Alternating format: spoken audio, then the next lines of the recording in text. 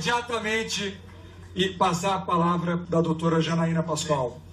É uma manifestação do reconhecimento do poder e da importância desta casa e da expectativa que a população tem para com esta casa. Eu tenho visto vários cartazes e respeito, isso é uma coisa que eu respeito, é a liberdade de manifestação. As frases que dizem impeachment sem crime é golpe, né? Esta frase é verdadeira. A questão aqui é que nós estamos diante de um quadro em que sobram crimes de responsabilidade. Porque nós poderíamos dividir esta denúncia em 3 grandes partes, sendo que cada parte tem uma continuidade delitiva. Tem a questão das pedaladas fiscais, que eu vou, na verdade o professor Miguel já apresentou muito bem, mas eu vou só detalhar alguns pontos. Tem a questão dos decretos não numerados, que foram baixados sem autorização desta casa, e tem também o comportamento omissivo doloso da presidente diante do envolvimento de pessoas muito próximas a ela no episódio do Petrolão. Isso não se pode negar. Isso está na denúncia, isso abre a denúncia, e eu não abro mão desta parte, porque entendo que isso tudo faz um conjunto. Isso faz um conjunto por quê? Porque foi necessário baixar decretos não autorizados, abrindo crédito não autorizado, quando já se sabia que o superávit não era real. Foi necessário lançar mão de um comportamento continuado de pedaladas fiscais, empréstimos vedados, não contabilizados. Por quê? Porque do outro lado estava acontecendo uma sangria. Então, isso tudo é um conjunto de uma mesma situação que, ao meu ver, como eleitora, como cidadã brasileira, né, eu não sou autoridade, vossas excelências são, eu não sou, mas ao meu ver como eleitora, como cidadã brasileira que estuda o direito, mostra que nós fomos vítimas de um golpe. E eu venho aqui trazer a vossas excelências esta convicção, sabendo que vossas excelências constituem uma comissão soberana, que vai decidir conforme a lei, a Constituição Federal e as vossas consciências. E vão prestar os esclarecimentos aos seus eleitores. Não é assim? Agora, para mim, vítima de golpe, fomos nós. E isso eu escrevi na denúncia. Eu não estou falando nada diferente do que eu escrevi na denúncia.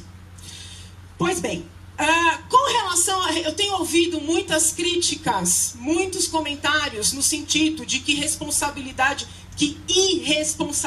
fiscal não justificaria um impeachment. Com todo respeito a esse pensamento divergente, é importante voltar um pouco no tempo. O que acontecia antes de nós termos a Lei de Responsabilidade Fiscal, que é a Lei Complementar 101/2000? Acontecia o seguinte: os estados iam utilizando o dinheiro dos bancos públicos, sem ter condições, sem ter arrecadação.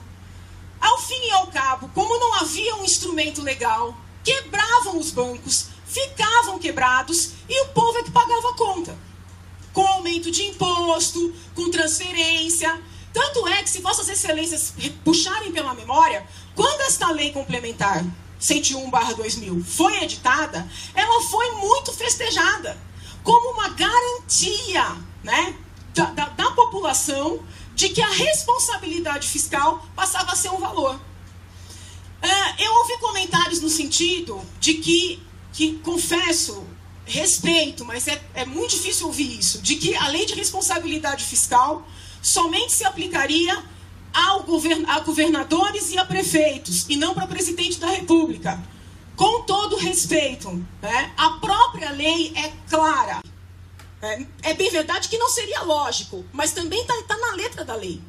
Como bem disse o professor Miguel, para dar concretude à Lei de Responsabilidade Fiscal, foi editada no mesmo ano a Lei 10.028, que criou o que não existia no Código Penal, que é um capítulo que trata dos crimes contra as finanças. Se vossas excelências quiserem conferir, é o artigo 359A ao 359H. O comportamento da nossa presidente se encaixa direitinho no 359A e no 359C. 359A por ter feito operação de crédito proibida. 359C porque fez isso às vésperas da eleição e depois continuou. Aliás, fez isso para garantir a reeleição, para criar uma falsa sensação de estabilidade, para poder subir no palanque e dizer que as contas estavam rígidas, como fez com relação à Petrobras, que negou os fatos até quando não era mais possível negar. Pois bem, veio a Lei 10.028, criou este capítulo no Código Penal dos crimes contra as finanças, que foi o que deu ensejo à representação feita pelo professor Miguel.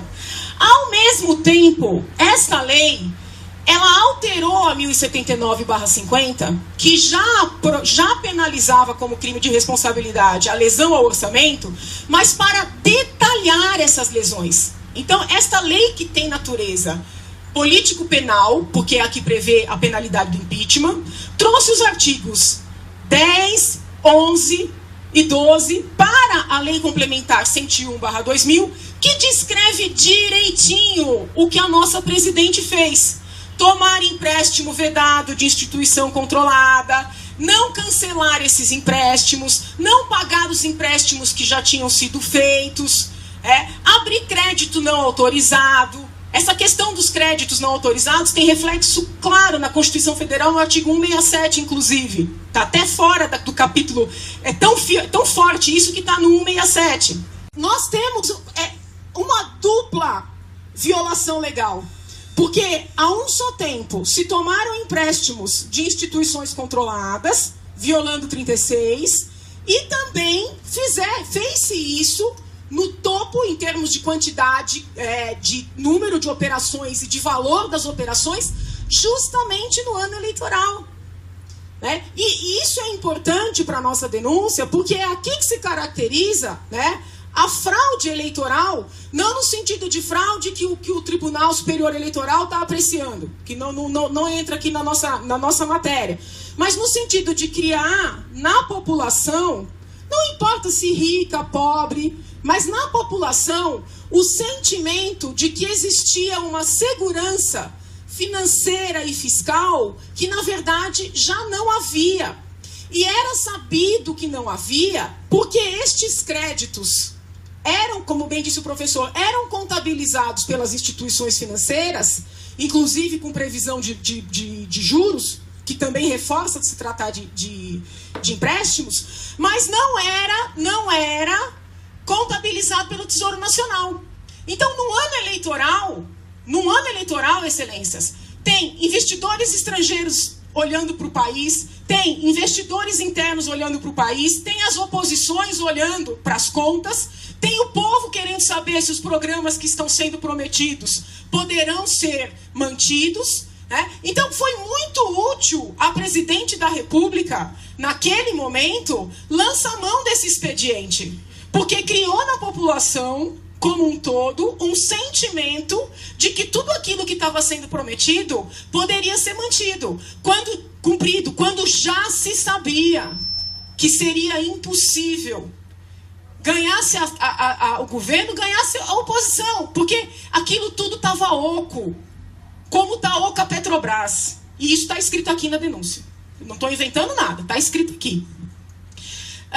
Paralelamente a estas operações de crédito vedadas e não contabilizadas, foram baixados esses decretos, sem autorização de vossas excelências.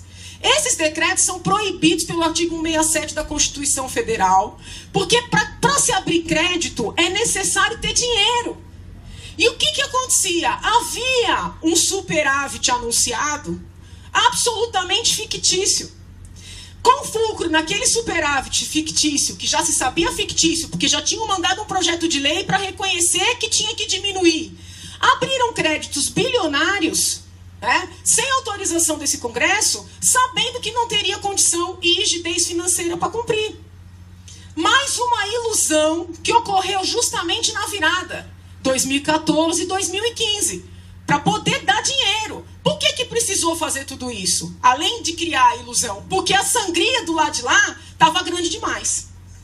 A sangria estava grande demais. Está aqui na denúncia, não estou inventando nada. Por meio do BNDES, foi mandar dinheiro para Angola, foi mandar dinheiro para Cuba, foi mandar dinheiro para outros países que num primeiro momento eu pensava que era uma questão ideológica, muito embora não aceitasse o sigilo.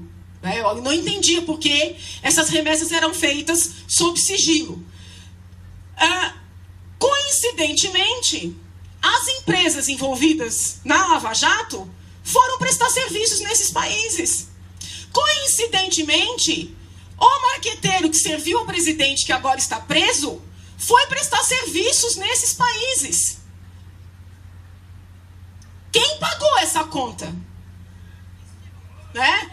Quem pagou essa conta? Senhores, eu não estou inventando nada. Isso está na denúncia. A caracterização do crime, tá, em termos da realização, da completude, da materialidade do crime, o que interessa é o fato praticado. E os fatos estão caracterizados, muito bem caracterizados, no acórdão do TCU, que foi publicado em abril de 2015. Quando o TCU rejeitou as contas, foi apenas uma confirmação, né, quase que uma constatação, de que os fatos tinham sido praticados. Vossas Excelências vão lembrar, e isso está escrito na denúncia, que o próprio ministro Levi, por volta de maio, junho de 2015, ou seja, segundo mandato, deu várias manifestações no sentido de que é necessário despedalar, porque o ministro tinha consciência do que era responsabilidade fiscal. Tanto tinha que caiu, porque a responsabilidade fiscal neste governo, infelizmente, não é um valor. Prova que não é um valor que se fala reiteradamente que isso é uma questão menor. Mas se a responsabilidade fiscal não for observada, nenhum programa pode ser mantido. Vossas Excelências não imaginam a dor das famílias que acreditaram que iam ter seus filhos terminando a faculdade e estão começando a receber cartinha de que ou eles pagam ou eles perderam esse sonho. Então a situação é muito grave. Aqui não tem nada a ver com elite, com não elite. Tem a ver com o povo enganado. Tem a ver com o povo enganado que agora não tem mais as benesses que lhes foram prometidas, quando quem prometeu já sabia que não podia cumprir. Outro ponto importantíssimo, Excelências. Se Vossas Excelências, e vão constatar que eu não estou mentindo, peçam para a assessoria fazer um levantamento nos TJs do Brasil inteiro. Vossas Excelências vão constatar que muitos prefeitos foram condenados criminalmente com fulcro no 359 em uma das suas alíneas e foram afastados dos seus cargos por irresponsabilidade fiscal. E aí, ouso dizer, em situações muito menos relevantes, muito menos significativas do que a situação que é trazida neste momento à apreciação de Vossas Excelências. Muitas vezes a defesa alega que a responsabilidade é do secretário das Finanças, né? Ou é de algum outro secretário que tivesse mais poder. Porém, a nossa jurisprudência dominante, pacífica, é no sentido de que a responsabilidade é do prefeito. Então, até por força da jurisprudência pacífica nos nossos tribunais, quem responde é a presidente da República.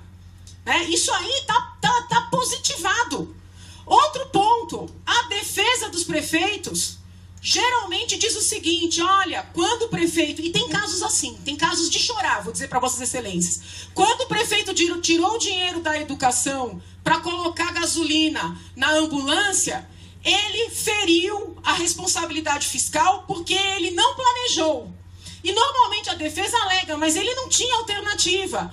E não raras vezes os tribunais dizem: a responsabilidade fiscal não tem nada a ver com patrimônio, não tem nada a ver com desvio, tem a ver com planejamento, tem a ver com programação, tem a ver com orçamento. Infelizmente, o governo federal já deu mostras, por meio da sua presidente, inclusive em pronunciamentos feitos pela própria presidente, de que a programação não é um valor.